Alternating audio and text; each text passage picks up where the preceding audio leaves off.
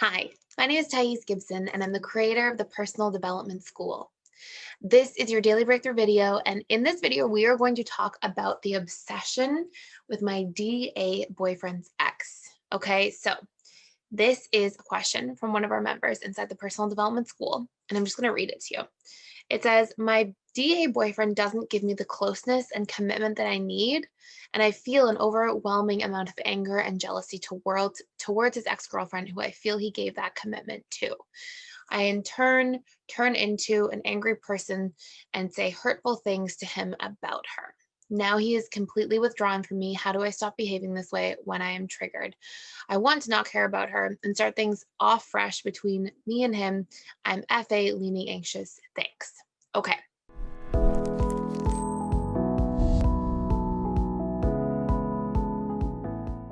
So this is a question like a lot of people have in terms of having some kind of problem or issue with a dismissive avoidance ex. Honestly, with an ex of any kind, I've seen so many people of different attachment styles for different reasons at different times.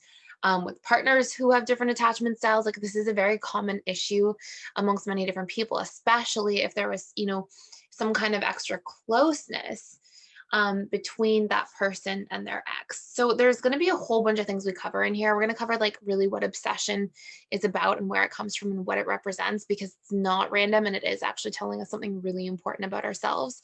We're going to talk a little bit about how this may relate to the phantom ex, since we're talking about the dynamic here, and it definitely can relate. And we're going to talk about like what to do if you feel like somebody that you're dating or in a relationship with had something in the past relationship that was maybe more serious, or that seems to be missing from your relationship now, and how that can really be important for sort of setting things off onto a fresh start. So first and foremost, the number one thing you want to start by realizing is any obsession or rumination is your subconscious mind's way of sort of getting your attention. So anything we're ruminating about is really calling attention to a need. Anything we're obsessing about is really a form of rumination, or vice versa. They kind of go hand in hand. And it's about some kind of need or set of needs that you are fixated on. And so you obsess and go into thought spirals because you were trying to get that need met. I will give you an example. Let's say somebody has a basic need for security taken away. Maybe they lose their job or something like that. What you're going to find is that person obsesses about the problem. They constantly think about the problem. They talk to their friends about the problem. When am I going to find a new job? When is it going to happen? Where should I go? What should I do? And that rumination is because that need for certainty is probably very important. And so when that need is taken away, we obsess to try to fill the space. It's your subconscious mind's way of trying to get the need met, because the brain meets its needs in fantasies of the future if it can't meet its needs in real time here in the present. The brain can also meet needs by reflecting on past nostalgic memories and so on. So when we are obsessing, it really represents a deeply unmet need or a profoundly unmet set of needs that we are trying to achieve and get met.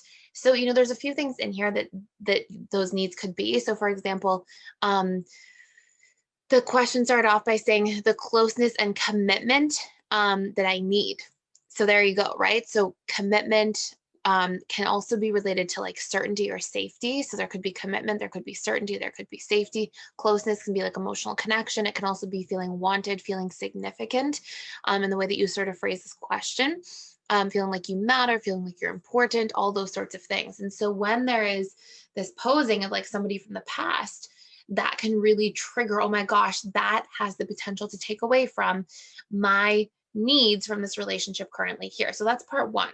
Okay.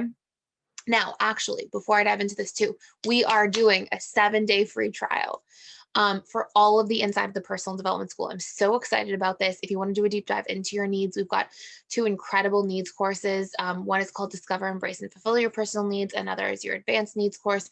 It's all about communicating your needs to others, receiving your needs from others, learning to meet your own needs, reprogramming any blocks to receiving or fears you have, learning to advocate for your needs, like all that amazing stuff. Honestly, one of the most important things you'll ever do for your relationships being happy long term, because if you don't know what your needs are, you can't express them, and then you can't receive them, and then your mind will fill in painful meaning about why your needs are unmet and tell stories and say it's because I'm not lovable enough. It's because I'm not this, that, and the other, and that's painful. Or we will feel resentful that somebody's not meeting our needs. And it's also, those courses also teach us how to learn and understand what other people's needs are. So anyways, do the 7-day free trial, check it out. I'm so excited for that to be offered. You can check out some of the courses in there. Some of my personal favorites, by the way, and the ones we tend to get the best feedback around are number one, the Emotional Mastery and Belief Reprogramming course. Number two, the Needs course, the both ones that I just mentioned. Number three, the Shadow Work course is a super powerful and exciting course. The Post-Traumatic Growth course, the How to Heal from a Breakup course, the How to Repair Any Relationship course. Anyways, there's tons in there. The Boundaries, Codependency, and Enmeshment. Those are the ones that tend to be the most popular. Check those out. The Self-Esteem course as well. So anyways, check those out. And the 7-day free trial goes from April 21st to May 5th, and then it closes. And it won't be available again. So check it out while you have the opportunity to. Now, part two here of this obsessing over the DA boyfriend's ex can also be that the DA boyfriend may have this like phantom ex, right? And so sometimes, you know, I have another video on this channel that talks about phantom exes for DA and FA, but the phantom ex is basically the person from your past that the DA tends to project a lot of positive traits on and not really remember the downsides, and sort of longs for that person, thinks about that person, maybe brings up that person a lot, things like that. And so to a fearful avoidant, or to a person who has any like anxious tendencies in them as well, because this person who asked this question is FA leaning anxious, that can feel like a real threat, because it can feel like, okay, if the DA has things that they were getting met from somebody else that I'm not able to meet, or things within that relationship dynamic that I really value that I don't get to have and that past person does, that can feel threatening. It can feel like there's a sense of uncertainty. You can feel diminished, unwanted, small, insignificant by the fact that somebody maybe has somebody else from the past on a pedestal. It's largely a coping mechanism for a dismissive avoidant. It has a lot to do with the unmet needs of them. And it doesn't necessarily have to be that you're not meeting those needs. It can be that you are with somebody who in this phase of their life is unable to open up and get their needs met and express their needs and share their needs with you. And so it can kind of create this like very confusing cycle or dynamic, but that's really important to pay attention to as well.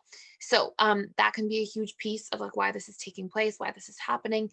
And I want you to make sure, if you find any of you guys, if you find yourself like obsessing or thinking a lot about somebody's ex, or feeling jealousy or frustration, you really have to get clear about isolating, like, okay, what am I afraid of? What is the meaning I give to the situation? Do I make it mean that because there was somebody in this person's life with, more closeness than we have currently at this time now? Well, am I making that mean that I'm going to be abandoned? Am I making that mean that I am unloved by this person, or I'm not good enough? And when we can really question those pieces of meaning that we give to the situation, that can help to really relieve some of that pain or suffering, because it's not just the unmet needs that we are having that we have to actually action strategies for and talk about and bring to the table and introduce into the relationship and communicate about, but it's also that we tell a story around it, and it makes it even bigger than it already is. Okay.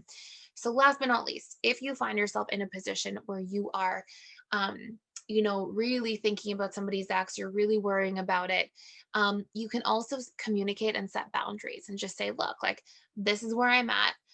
I'm needing, and you can ask for your needs in the situation too. I'm needing reassurance. This is what I'm afraid of. This is what I'm needing in this dynamic. And please keep in mind that whenever you're coming from a place of being triggered or angry or frustrated, it's because there are undealt with sort of things taking place beneath the surface, that again is all about the stories and unmet needs. So when you can communicate about those things, when you can set boundaries around those things, and then when you can set boundaries in the relationship to yourself, like how much you're allowing yourself to put the focus on that person from the past. And remember as well, like, if that person broke up, they broke up for a reason. Like, there may be good things and there may be good qualities, and there may be things that you don't have in this phase of your relationship yet, because it sounds like it's much earlier in this situation. But these take a while to open up. They take a while to like let their walls down and their guard down and things like that. And so Don't tell this like one-sided story that, oh, what they had in the past I should have immediately, when it may be much earlier in a relationship. And also don't let yourself get into the mind frame, anybody who's doing this, of thinking, oh, you know, because they had more closeness in the past, it means that that person was more loved. It means that that relationship was better than ours is now. When that's really not the case necessarily by any means. Like, if that relationship didn't work and didn't last, it was for a reason. It was for probably a set of many reasons. And we don't want to fall into the trap of telling ourselves, oh, that relationship was better, that relationship was going to work, when that is the past. It already hasn't worked. And you're in a new situation and dynamic now. So just keep in mind, like when you're giving the meaning to things, that you question it and really check it against like the reality of the situation, and you see both sides, so you can really return to that like fair and balanced perspective.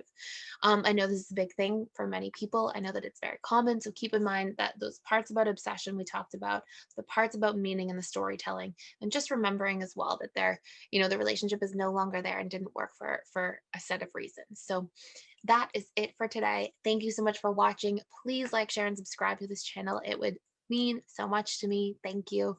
And I hope you have a wonderful day, and I will see you in tomorrow's video.